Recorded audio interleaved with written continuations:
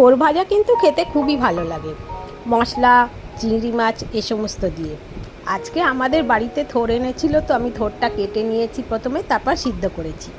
এবার সর্ষের তেলে এখানে দিয়েছি শুকনো লঙ্কা, রসুন আর কালো জিরে দিয়ে, তারপরে চিংড়িগুলোকে নুন হলুদ মাখিয়ে ছেড়ে দিয়ে একটু ভেজে নিয়ে সিদ্ধ করা থোড়টা দিয়ে দেবো। সেটা ভালো করে চিংড়ির সাথে ভাজা ভাজা একটু করে নিতে হবে।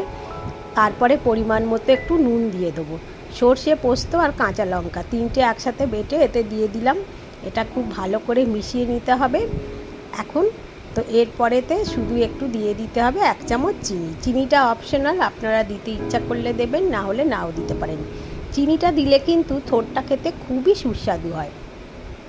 আর কাঁচা লঙ্কা তো বেটে দেওয়াই আছে। একতলা ভাত শেষ হয়ে যাবে এরকম একটা থোড় ভাজা থাকলে। অসম্ভব সুস্বাদু খেতে, বাড়িতে আমাদের সকলে খুব ভালোবাসে, আর তৈরি করাও খুব